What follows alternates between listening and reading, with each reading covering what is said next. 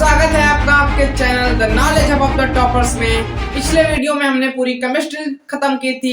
आज से इस वीडियो में हम क्लास 10th की फिजिक्स शुरू करेंगे और मेरी गारंटी है जितना मैं पढ़ाऊंगा उतना ही से ज्यादा बाहर कोई भी क्वेश्चन आपके बोर्ड एग्जाम में नहीं आएगा। तो चलिए शुरू करते हैं। तो आज का हमारा टॉपिक है प्रकाश, परावर्तन एवं अपवर्तन। तो सबसे पहले जानिए प्रकाश क्या होता है। तो देखिए प्रकाश क्या है। प्रकाश एक एनर्जी है जिसके द्वारा हम वस्तुओं को देख पाते हैं। तो प्रकाश का एक एनर्जी का एक फॉर्म है जिसके द्वारा हम वस्तुओं को देख पाते हैं। अब प्रकाश से गुण क्या क्या होते हैं। तो देखिए प्रकाश से गुण पहली बात करें तो एक विद्युत चुंबकीय तरंग है ना। और इसके अब जबकि ये विद्युत चुंबकीय तरंग तो इसके माध्यम के लिए कोई संचरण के लिए कोई माध्यम की आवश्यकता तो होगी नहीं, तो बिना माध्यम के संचरण करती है।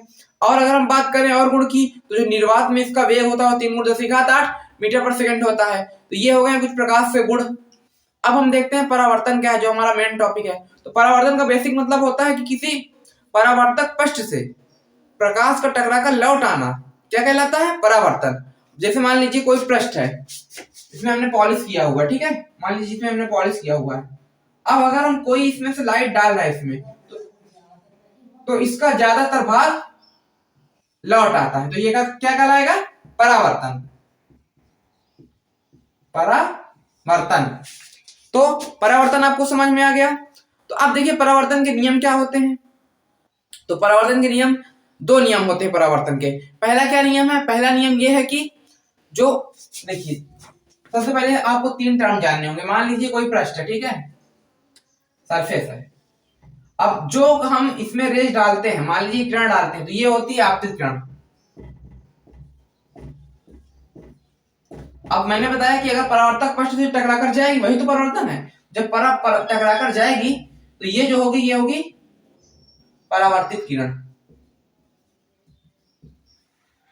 और ये जो पॉइंट है जहां पर दोनों किरणें टकराकर जा रही हैं, आ रही हैं और जा रही, ये हो जाएगा आपतन बिंदु, ठीक है। तो अगर हम आपतन बिंदु से मिलाते हैं सीधी रेखा खींचे तो ये होता है अभिलंब, जो कि लंब होता है, ठीक है। मतलब इसके इधर 90 डिग्री होगा, इसके इधर 90 डिग्री होगा। तो पहला नियम तो यही है कि आपतित किरण, परावर्तित किरण और आपतन बिंदु पर अभिलंब तीनों सदैव एक ही तल में होते हैं। मतलब अगर ये सरफेस है तो तीनों एक ही तल पे होंगे। तो ये हो गया प्रकाश का परावर्तन का पहला नियम। अब दूसरा नियम क्या है, दूसरा नियम ये है कि जो आपतित किरण आई तो इसने जो आपका नॉर्मल है, मतलब जो अभिलंब है, इसके साथ एक कोण बनाया, जो इसे क्या कहते हैं, आपतन कोण। और जो परावर्तित किरण है और ये अभिलंब के बीच में जो कोण बना ये क्या हो गया, परावर्तन कोण। तो जो आपतन कोण और परावर्तन कोण बराबर होते हैं। तो परावर्तन के दो नियम हो गए, आपतित किरण, परावर्तित किरण, आपतन बिंदु पर अभिलंब सदैव तीनों एक ही तल पर होते हैं। दूसरा क्या हो गया कि आपतन कोण और परावर्तन कोण बराबर होते हैं। तो ये हमने जान लिया प्रकाश का परावर्तन क्या है। अब हम जानते हैं कि समतल पृष्ठ द्वारा परावर्तन कैसे होता है, मतलब समतल पृष्ठ द्वारा प्रतिबिंब कैसे बनता है। तो देखिए समतल पृष्ठ की अगर हम बात करें तो जो उसकी फोकस दूरी होती है वो सदैव क्या होती है, अनंत होती है। और इसमें जो प्रतिबिंब बनता है समतल में वो हमेशा आभासी बनता है, सीधा बनता है और वस्तु के बराबर होता है, क्योंकि इसकी फोकस दूरी तो अनंत होती है। तो इससे समतल दर्पण से आपको ज्यादा पूछे नहीं जाते, एक ही क्वेश्चन आता है कि फोकस दूरी कैसे होती है। तो आप पहले जानते हैं प्रतिबिंब की परिभाषा क्या होती है और प्रतिबिंब कितने प्रकार के होते हैं। आभासी होते हैं प्रतिबिंब, दो प्रकार के होते हैं, एक होता है आभासी प्रतिबिंब, एक होता है वास्तविक प्रतिबिंब। तो जहां मान लीजिए दो किरणें हैं, मान लीजिए हम इसका एग्जांपल देंगे तो आपको क्या समझ में आएगा प्रतिबिंब क्या होता है। मान लीजिए कि दो किरणें हैं, मान लीजिए कोई दर्पण है, अभी मैंने इसको बताया नहीं कौन सा दर्पण है, मान लीजिए अभी है अवतल दर्पण। ये अगर मान लीजिए अवतल दर्पण में क्या होता है कि जो अंदर वाला पृष्ठ होता है वो पेंट किया होता है, पॉलिश किया होता है। मान लीजिए एक किरण मुख्य अक्ष के समांतर गई और ये अपवर्तित होकर परावर्तित होकर कहां मिली, एक बिंदु पर मिली, तो यहाँ इसका प्रतिबिंब बनेगा। तो ये जहां पर दो किरणें आपस में टकराकर मिलती हैं तो वो क्या होता है, प्रतिबिंब होता है। अब इसमें तो मिल रही है, लेकिन अगर हम उत्तल दर्पण बनाए तो उसमें मिलेंगे नहीं, इसमें मिलती हुई प्रतीत होती है, ठीक है। ये टकराकर लौट जाती है, लेकिन अगर पीछे मिलाए जाए तो ऐसे मिलती हुई प्रतीत होती हैं। तो यहाँ पर जो प्रतिबिंब बनता है वो होता है आभासी प्रतिबिंब। तो जब दो किरणें मिले जहां पर तो वहां पर वास्तविक प्रतिबिंब बनेगा, और जब मिलती हुई प्रतीत हो तो वो आभासी प्रतिबिंब हो जाएगा। तो ये हो गया आभासी और वास्तविक प्रतिबिंब। अब हम देखते हैं कि अवतल दर्पण क्या है, उत्तल दर्पण क्या है, ठीक है। तो देखिए अवतल दर्पण क्या होता है, ये भी आपसे पूछा जा सकता है 1-2 नंबर में, अवतल दर्पण क्या होता है। तो मान लीजिए गोली दर्पण, ठीक है। अब हम इसका एक भाग काट दें, मान लीजिए हमने इसको यहां से कट कर दिया। अब ये जो पार्ट बना ये इसको हम लाएं और इसके अंदर पॉलिश कर दें, ठीक है, अंदर वाले भाग पर।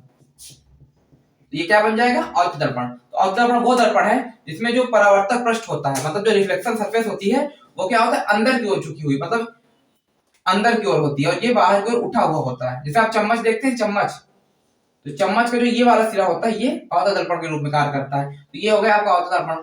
अब देखिए उत्तल दर्पण क्या है, उत्तल दर्पण क्या, मान लीजिए हमने इसको यहां से कट कर दिया, तो ये जो बचा ये दर्पण, ये हो जाएगा उत्तल दर्पण। अगर हम इसे उभरे हुए भाग पर पॉलिश कर दे मान लीजिए, तो अब इसका जो रिफ्लेक्शन या जो क्या हो जाएगा, परावर्तक पृष्ठ हो जाएगा, वो बाहर की ओर उभरा हुआ हो जाएगा। तो ये क्या हो जाएगा, उत्तल दर्पण। तो ये परिभाषा आपसे पूछी जाती है, आप आसानी से लिख सकते हैं, मतलब जिसका जो परावर्तक पृष्ठ हो अंदर की ओर और जो बाहर की ओर हो उत्तल दर्पण। तो ये दोनों हो गए। अब देखिए, अब हम बात करते हैं इनसे कुछ मुख्य परिभाषाएं जो इनसे पूछी जाती है उत्तल दर्पण अवतल दर्पण से। तो देखिए, मैं अवतल दर्पण के अवतल दर्पण के से लेकर बात कर रहा हूं, तो उसमें आपको आसानी दोनों समझ में आ जाएंगे। तो मान लीजिए ये अवतल दर्पण है, ठीक है, अवतल दर्पण। अब ये आपकी जो होती है, ये लाइन जो इसके बीच से गुजरती है, यहाँ पर देखिए अवतल दर्पण का जो मध्य बिंदु होता है यहाँ पर, ये होता है आपका ध्रुव, इसे क्या कहते हैं, पोल, ध्रुव, ठीक है।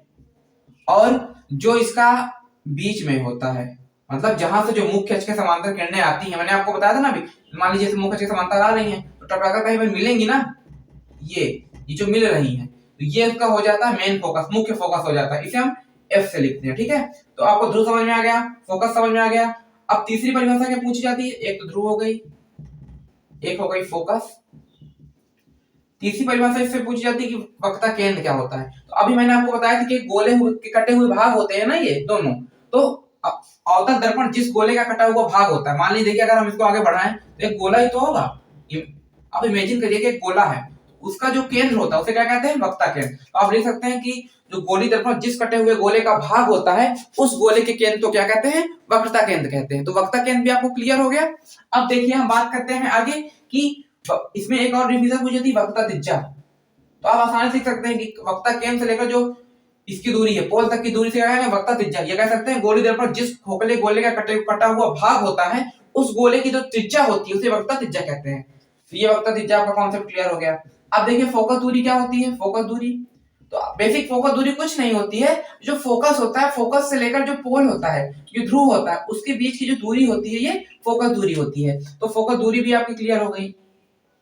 अब पूछ रहा था मेन एक्सिस क्या है, तो मेन एक्सिस तो आपको पता ही चल गया है कि जहां पर ये तीनों फोकस, ध्रुव और जो आपका होता है सेंटर, वक्रता केंद्र, तीनों जो जिस पर उपस्थित होता है उसे क्या कहते हैं हम, मेन एक्सिस। इसे हिंदी में कहते हैं मुख्य अक्ष, ठीक है। तो आपकी सारी परिभाषाएं आपसे पूछी जा सकती हैं। अब अगर पूछा जाए द्वारक क्या है, ऑपरेटर, ये द्वारक क्या होता है, तो द्वारक कुछ नहीं होता, जो वृत्ताकार सीमा रेखा होती है, मान एम से प्लस करें तो जो कटा हुआ भाग होता है, इसकी जो वृत्ताकार सीमा रेखा, यही पूरा द्वारक होता है, ये, ठीक है। तो अब एक रिलेशन पूछा जाता है आर और एफ में। तो आर एफ में क्या होता है, देखिए यहां से यहां तक की तो आपकी एफ हो जाएगी, और जो ये सेंटर है, सेंटर से लेकर यहां तक की पूरी क्या हो जाएगी, आर। तो आर बराबर होता है 2f। हाँ, एक बात और याद रखिए, ये सिर्फ छोटे द्वारक के लिए, मतलब अगर जब इनकी जो वृत्ताकार सीमा रेखा है, जो सर्कुलर शेप है, ये छोटा हो तभी ये काम करेगा, नहीं बहुत बड़ा ले लेंगे तो फिर ये r बराबर 2f की कैलकुलेशन इतनी एक्यूरेट नहीं रह जाती। वैसे भी ये भी एक्यूरेट कैलकुलेशन है, लेकिन हम इसे छोटे द्वारक के लिए मान लेते हैं कि r बराबर 2f होता है। तो ये आपको समझ में आ गया। इसी प्रकार उत्तल दर्पण में भी आप आसानी से बता सकते हैं। तो ये परिभाषा अगर आपको क्लियर हो गई, तो अब हम चलते हैं अपनी अगली परिभाषाओं पर।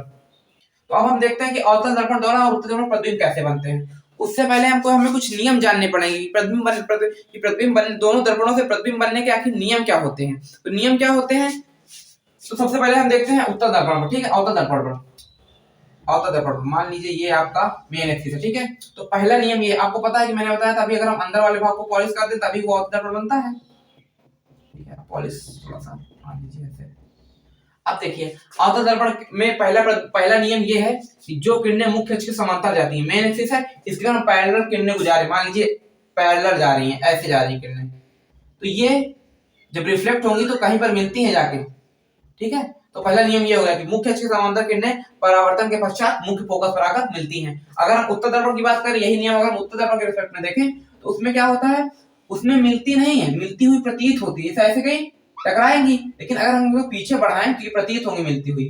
तभी तो मैंने बताया था कि उत्तल दर्पण में इमेजिनरी मतलब आभासी प्रतिबिंब बनता है। तो ये हो जाएगा आपका एफ, ठीक है, ये हो जाएगा। तो पहला नियम ये हो गया। दूसरा नियम क्या है कि जो भी किरणें वक्रता केंद्र से होकर गुजरती हैं या तो उसी मार्ग में लौट आती हैं या तो लौट आती प्रतीत होती हैं। अगर अवतल दर्पण की बात करेंगे, जो किरणें वक्ता केंद्र से गुजरेंगी उसी मार्ग में वापस लौट आएंगी। लेकिन वो उत्तल दर्पण की बात करेंगे, जो मार्ग से गुजरेंगे प्रतीत होंगी हमें लौटती हुई। तो देखिए दूसरा नियम क्या है, मान लीजिए ये आपका अवतल दर्पण, ठीक है, ये वक्ता केंद्र है, तो जो किरणें इससे गुजरेंगी परावर्तन के पश्चात वो उसी मार्ग में वापस लौट आएंगी जैसे जाएंगी। तो ये होगा दूसरा नियम।